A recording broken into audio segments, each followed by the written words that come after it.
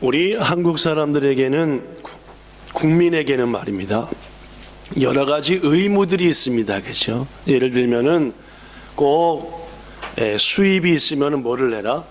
세금을 내라라고 하는 납세의 의무라는 거 하는 것도 있고, 또 태어났으면 반드시 뭘 받으라? 교육을 받으라 해서 무슨 의무도 있습니까? 교육받을 의무도 있어서 부모가 내 자식이니까 내 마음대로 학교 안 보내 라고 할 수 없이 무조건 학교 보내서 가르쳐야 하는 의무도 있습니다. 근데 여러분, 우리 한국의 여자들은 말고 남자들만 꼭 져야 되는 의무가 있는데 무슨 의무입니까? 네, 물론입니다. 병역 혹은 국방, 뭐 다 괜찮습니다. 병역의 의무 혹은 국방의 의무. 한국에서 태어난 남자들은 반드시 정한 나이가 되면은 나라의 부르심을 받고 군인이 되어서 나라를 지키라, 뭐 그런 말입니다. 저 같은 경우는 32개월 동안 군대 생활을 했는데 요새는 22개월인가 뭐 21개월밖에 안 되니까 뭐 그것도 아닙니다. 이제 밥 몇 번 먹고 나면 딱 제대하니까 뭐 요새는 별거 아닌데 옛날에는 참. 저도 이 국방의 의무를 지기 위해서 약 30년 전 공군에 입대해서 가장 먼저 6주간 동안 기본 군사훈련이라 해서 총도 쏘고 뛰기도 하고 막 이런저런 거 훈련받고, 일주일 동안 휴가 받아서 집에 가서 맛있는 밥 한번 먹고 다시 부대 들어가서 이번에 16주 동안 특기교육 훈련이라 해가지고 공군에서 제가 맡아서 해야 될 것들을 16주 동안 배우는, 그래서 제가 근무해야 될 자대는 한 5개월 보름 정도, 거의 6개월이 다 돼서 야또 자대에 가서 근무했던 그런, 하여튼 군대 생활 생각하면은 기가 막힌 일도 많고 또 정말 좋았던 추억도 많고. 근데 약 5개월 반 동안 교육사령부에 머물러서 훈련을 받으면서 그때 우리 같이 입대한 군대 동기들이 가장 싫어했던 게 있었습니다. 이거만큼은 제발 안 했으면 좋겠다. 자, 현시 집사님은 군대 생활할 때 뭐가 가장 싫으셨습니까? 특히 훈련병 때라든지 초반부 때 이것은 좀 안 했으면 좋겠다. 즐겁게 하셨구나. 즐겁게 하신 것 같습니다. 자, 오늘 우리 지휘자님께서는 군대 생활 가운데 이것은 좀 이게 짜증난다. 5분 있다 출발하도록 모든 신발도 신고 다 준비해서 출동하면 팍 튀어나가는, 그게 5분 대기조라고 하는데 그게 최고 싫었다고 합니다. 계속 긴장하고 있어야 되니까. 그렇죠. 저도 제가 군대 생활할 때 데모들을 많이 해가지고 막 80년대다 보니까 막 많이 데모했습니다. 그래서 대전에 있을 때에도 이렇게 말씀한 대로 5대기가 돼갖고 다 준비하고 출동하면 대전 나가서 진압해야 되는 현역들을 진압을 시킬 정도였으니까 그때 상당히 나라가 막 이렇게 매짝구짝했던 때였던 것 같습니다. 저를 비롯한 제 동기들이 그때 군대 생활 특히 한 6개월 훈련 받을 때 가장 싫어했던 게 뭐였냐면 불침번이었습니다. 불침번이 뭐냐면은 밤에 잠 안 자고 뭐 중요한 데를 지키는 게, 그게 불침번입니다. 근데 그 불침번 중에 최고 싫은 불침번이 또 하나 있었는데 그게 무슨 불침번이냐면은 무기고 불침번이었습니다. 뭐 군대에서 최고 많이 쓰는 무기가 뭡니까? 총, 그죠? 뭐 그때만 해도 훈련병이니까 뭐 총 주고 총 쏠 때만 몇 알씩 줘서 쏘게 했는데, 하여튼 혹시 무슨 사고나 어떤 일이 발생하지 않도록 부대의 중요한 것들을 지키는데 그 중에 한 군데가 무기고였습니다. 하루 종일 훈련받고 밥 주고 청소하고 9시인가 10시인가 자라고 누워주면은 훈련병 되다 보니까 딱 자는 순간 바로 잠들고 빰빠밤 하고 딱 눈 뜨면 6시입니다. 그러니까 뭐 중간에 깨거나 하는 것 없이 그냥 내리자는. 근데 불침번은 그렇게 못 자고 중간에 일나서 가서 지키고 있다가 또 와서 하고 하다 보니까 불침번 쓰고 나면 그 다음날 막 피곤하고 졸리고 막 계속 공부시키는데 막 한 개도 머리에도 안 들어가고 막 머리 꽉 막고 하니까 우리 동기들은 야, 불침번이요가 아주 안 들어왔습니다. 특히 무슨 불침번이요? 어디?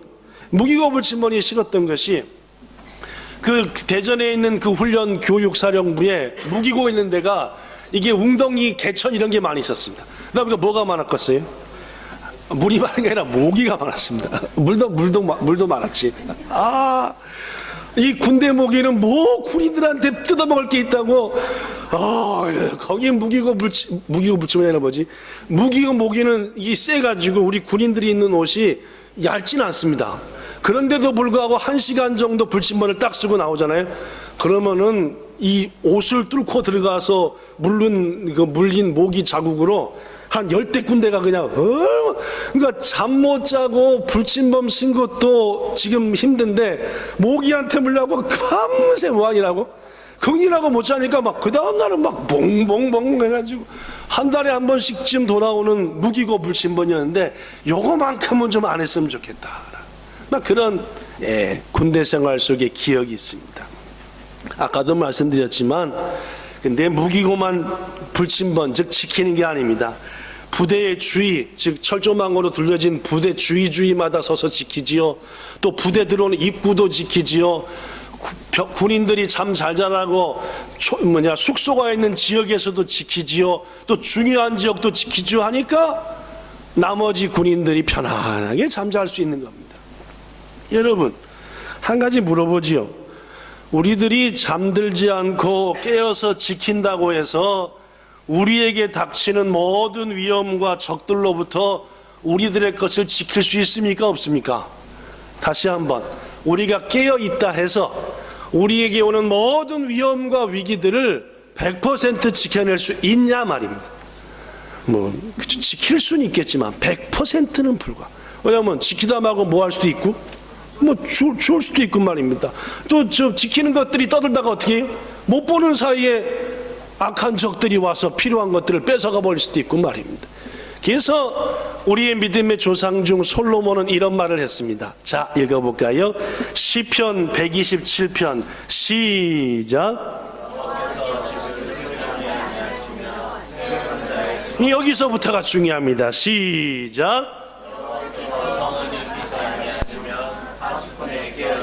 물론입니다. 솔로몬이 아무리 자신의 인생과 나라와 모든 걸 생각해봐도 우리가 깨어 지키는 것도 중요하지만 누가 지켜주셔야 된다? 하나님께서 안 지켜주시면은 여기저기 뚫릴 때가 한두 군데가 아니더라 그 말입니다. 고로 하나님께서 지키시는 사람은, 지키시는 기업은, 지키시는 나라는 편안하게 뭐 할 수 있다? 잘 수 있다 라는 말씀이 솔로몬의 하나님의 지켜주심에 대한 고백입니다. 오늘 이 귀한 시간 하나님 앞에 예배드리는 여러분, 여러분의 모든 삶의 모든 부분들을 눈동자같이 지켜주시는 하나님의 은혜를 누리시기를 예수님 이름으로 축원합니다.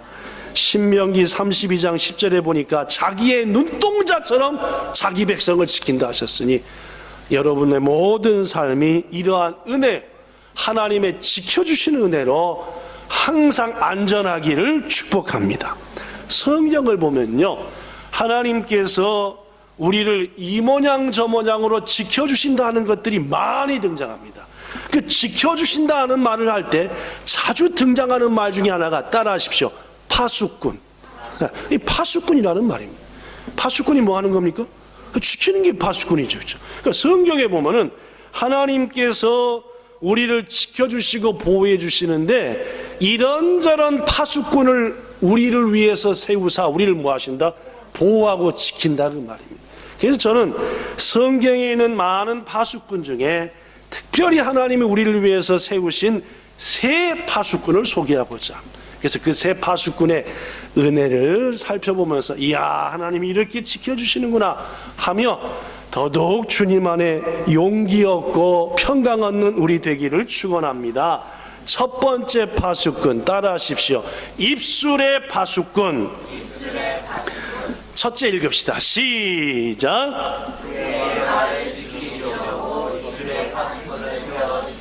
하나님께서는 우리의 뭘 지킨다? 이 말, 요걸 지켜주려고 입술의 파수꾼도 세워주신다. 믿음의 조상 다윗은 하나님이 우리 위해서 입술의 파수꾼도 세워준다는 사실을 알고 이렇게 기도했습니다. 시편 141편 3절 시작. 여호와여 내 입에 파수꾼을 세우시고 내 입술의 문을 지키소서. 표준 세번역에 보면 제가 혼자 있습니다. 주님, 제 입의 이 언저리에다가 파수꾼을 세우시고 내 입술 문 앞에 문지기를 세워주시옵소서. 여기 딱 문지기를 세워달라. 여러분, 잠시 지난 한 주간을 돌아보십시오. 얼마나 말 많이 하셨습니까? 그렇죠? 말입니다. 말 한마디도 안 하셨습니까? 한 주간 동안.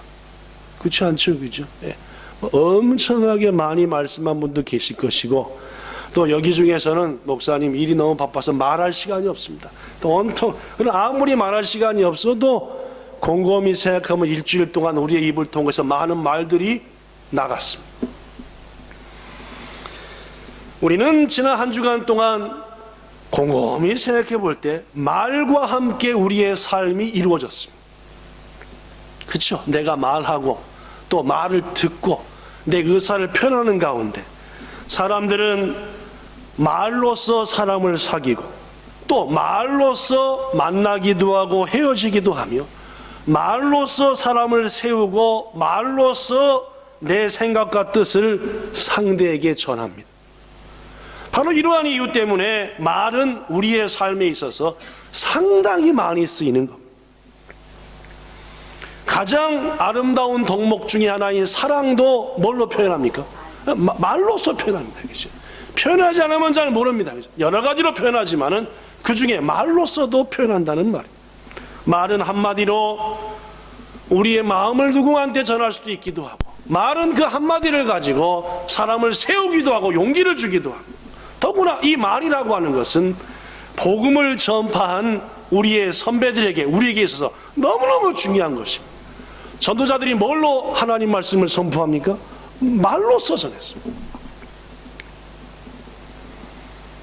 교회에서도 목사와 말씀을 전하는 자들을 통하여 그 말씀을 먹고 성도들이 자라는 것이고, 또 하나님의 주시는 말씀을 말로써 전함으로 하나님의 교회가 감당할 사역들이 진행되는 것이고, 또 지체들 간에도 말로써 서로 도전을 받고 말로써 용기를 얻고, 이렇듯 말이라고 하는 것은 세우는 힘이 있습니다. 사람도 세우고 사람 사이에 사랑도 세우고 하나님의 교회도 세우고 하나님의 나라도 세워나가는 줄로 압니다. 이런 의미에서 말이라고 하는 것은 건설적인 겁니다. 세우는 도구. 그러나 여러분, 말이 세우기만 합니까? 아닙니다. 그죠? 부시기도 합니다. 말이 상대방에게 용기와 소망을 주기도 하지만 말이 뭐 하기도 해요? 그나마 가진 용기 완전히 없애버리고 상처와 고통을 주기도 한다는 말입니다. 생각 없이 던지는 말로 인해서 사람과 영혼이 상처를 받고 차갑고 날카로운 말 때문에 관계가 깨지고 마음이 깨지고, 이런 일들도 참으로 많습니다. 잘못된 말이 서로 간의 신뢰를 무너뜨리고 협력과 도움도 사라지게 하고, 어리석은 말이 교회의 사역을 못하게 만들고 성도들 간의 관계를 깨지게 만들고 분열되게 만드는 이런 일들이 있다. 사랑하는 여러분, 이러하기 때문에 우리는 말할 때 뭐 해야 됩니까? 조심해야 돼요. 내가 할 수 있는 말이라고 다 뱉어냈다 해서 그것이 주께 영광이 되고 내 옆에 사람들에게 용기와 소망을 주고 세워나가고 하나 되어가느냐? 아니다, 그 말이에요. 자칫 잘못된 말은 서로에게 씻을 수 없는 고통을 준다라는 말입니다. 그러하기 때문에 우리는 우리들의 혀와 입술로 통해 나온 말로 인해 세워지기도 하고 무너지기도 하기 때문에 우리의 말에 뭐 해야 된다고요? 조심하고 신중히 하는 줄로 믿습니다. 이러한 사실 때문에 다윗은 하나님께 이렇게 기도하는 겁니다. 다윗처럼 기도해 봅시다. 시작. 하나님, 제 입술에 파수꾼을 세워주세요. 제 입술의 문을 지켜주세요 라고. 파수꾼은 누가 못 들어오도록 막는 거죠? 적이 못 들어오도록 막는 겁니다. 그죠? 그러므로 입술에 파수꾼을 세워달라고 기도하는 다윗의 마음은 그 잘못된 입술이 자칫 파괴적인 일을 할 수도 있다는 사실을 알았기 때문에. 여기서 잠깐 여러분, 다윗이 입술에 파수꾼을 세워달라고 하나님 앞에 간절히 구할 때 정작 자신은 자기가 하는 말에 대해서 조심했을까요? 생각난 대로 막 뱉어버렸을까요? 물론입니다. 다윗은 분명 이러한 정도의 기도를 할 정도였으면은 내 말 한마디 때문에 내 주위 사람들이 고통할 수도 있고 내 말 한마디 때문에 주위 사람들이 평안할 수도 있구나 알았습니다. 그래서 말 한마디 할 때 뭐라고 생각해요? 조심하는 거예요. 가끔씩 제가 여러분에게 말에 대한 말씀을 전할 때 저 개인적인 얘기도 전해 저도 딱 얘기해 놓고 2, 3일 정도 후회할 적도 있습니다. 그 말을 왜 그렇게 했을까? 다윗 역시도 말에 대한 것에 대한 여러 가지의 힘을 알았기 때문에 자칫 잘못된 말은 상처를 준다. 조심했다. 여러분, 조심한다 해서 우리의 말이 항상 좋은 말만 나갑니까? 아니요, 그죠? 여러분과 제가 아무리 조심한다 하더라도 이놈의 입이 어떻게 해요? 이놈 하면서 어떻게 해요? 이놈 같은 말을 한다 그 말. 나도 모르게 막 뱉어놓고 막 상처를 줘. 그러다 보니까 다윗은 아무리 아름다운 말, 좋은 말, 용기와 소망을 주는 덕을 세우는 말을 하려고 힘쓰다 하더라도 나도 모르게 제어되지 않고 나가버리는 말이 있구나. 고로 하나님 앞에 그 대목에 있어서는 뭐 할 수밖에 없었습니까? 기도할 수밖에 없었습니다. 고로 무릎 꿇고 주님, 제 입술에 파수꾼을 세워주세요. 제 입술의 문을 지켜주세요. 저는 이 시간 여러분과 저도 기도해야 한다고 믿습니다. 우리의 노력에는 한계가 있습니다. 나도 모르게 막 반복되어 말의 실수를 합니다. 하나님께서 여러분과 저를 도우시지 않는다면 우리는 모난 덜덩이고 남한테 상처 주기 좋은 뾰족뾰족한 돌덩이밖에 안 된다 그 말. 바로 여러분과 저도 매 순간마다 무엇보다도 매일 아침 일어나서 기도할 때 하나님 오늘도 제 입술을 지켜주세요. 제 입에다가 뭘 세워주세요? 파수꾼을 세워주세요. 하나님의 응답이 다윗에게 임했던 것처럼 여러분과 저에게도 그 은혜가 임할 줄 믿습니다. 그리하여 무엇보다도 입술로 가장 가까운 사람들한테 상처 주지 않는, 가장 가까운 사람들한테 힘들게 하지 않은 그러한 입술의 파수꾼을 통하여 언어가 달라지는 여러분과 저 모든 본향성도 되기를 예수님 이름으로 축복합니다. 성경에 하나님은 이렇듯 우리를 위해서 입술의 파수꾼도 세워주십니다. 두 번째, 따라하십시오. 말씀의 파수꾼. 하나님이 에스겔을 불러갖고 이런 말씀을 하셨습니다. 에스겔서 3장 17절 인자야. 에스겔서 자주 소개할 때 했지만 이건 누굴 부르는? 하나님이 에스겔을 부르는 호칭입니다. 인자야, 내가 너를 이스라엘 족속으로 뭘 세웠으니? 족속에 파수꾼으로 세웠으니 너는 내 입의 말을 듣고 나를 대신해서 그들을 뭐하라? 깨우치라. 이른바 무슨 파수꾼입니까? 말씀의 파수꾼입니다. 33장 7절에서도 똑같은 말씀 하셨습니다. 시작.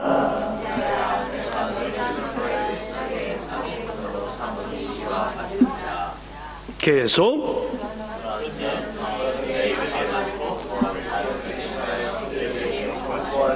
물론입니다. 하나님께서는 우리들에게 자신의 뜻을 말씀하시기 위해서 우리를 위한 뭘 세우신다? 말씀의 파수꾼을 세우는 겁니다. 구약시대만치 빈번하게 하나님이 나타나셨던 때에도 선지자라고 하는 말씀의 파수꾼을 세워서 그를 통해 말했습니다. 다윗에게도 하나님이 직접 말씀하신 경우는 거의 없습니다. 반드시 누굴 통해? 말씀의 파수꾼인 선지자 등을 통해서 말씀하는 거예요. 이것은 지금 이 시대도 동일합니다. 하나님께서는 당신의 귀중하신 뜻을 여러분과 저에게 누굴 통해서? 말씀의 파수꾼을 통해서 전한다. 그럼 우리는 말씀의 파수꾼을 통해서 나에게 하나님에서 가르쳐 주시는 그 모든 것들에 귀 기울여야 돼요. 예를 들면은 우리 본향교회에서는 말씀의 파수꾼이 가장 먼저 저입니다. 하나님은 저에게 이 모양 저 모양으로 뜻을 깨우치시사 여러분들에게 어떠한 말씀을 전해야 되는지 개개인에게 혹은 모든 성도들에게 가르쳐 주심으로 전하는 겁니다. 또한 구역장님들이 말씀의 파수꾼입니다. 여러분의 구역 식구들을 위해서 여러분들은 먼저 기도의 파수꾼이 되어서 기도하셔야 돼요. 누군가를 위해서 간절히 기도할 때 하나님은 그 영혼을 바라보는 저에게, 여러분들에게 말입니다, 깨우침을 줍니다. 그럼 그 깨우침과 사랑을 바탕으로 위로하고 용기를 주고 때로는 권면하는 무슨 파수꾼? 말씀의 파수꾼을 우리 본향교회 1구역 주집사님부터 6구역 우리 누굽니까? 진규권사님까지 구역장으로서 말씀의 파수꾼을 감당해야 한다는 말. 또한 교사들도 마찬가지입니다. 교사들 역시도 자녀들을 위해서, 맡겨진 양무리들을 위해서 기도하고 하나님이 주시는 말씀을 바탕으로 말씀의 파수꾼을, 이러한 말씀의 파수꾼들은 졸지 않아야 돼요. 끼어 있어야 한다는 말이에요. 그래서 하나님이 주신 말씀 따라서 사랑하는 맡겨진 이들에게 말씀의 파수꾼의 사명을 감당하는 것. 가정에서 자녀들에게 말씀의 파수꾼은 누구입니까? 당연히 믿음의 부모들입니다. 믿음의 부모들이 자녀들을 위해서 말씀의 파수꾼의 자리에 온전히 서서 하나님께서 주시는 깨우침으로 자녀들을 바른 길로 인도하는 것. 귀중하신 여러분, 하나님께서 예레미야를 부르셔서 말씀의 파수꾼으로 삼으시고 이런 말을 했습니다. 예레미야 1장 7절 시작. 내가 너를 누구에게 보내든지 너는 가며 내가 내게 무엇을 명령하든지 너는 말할지니라.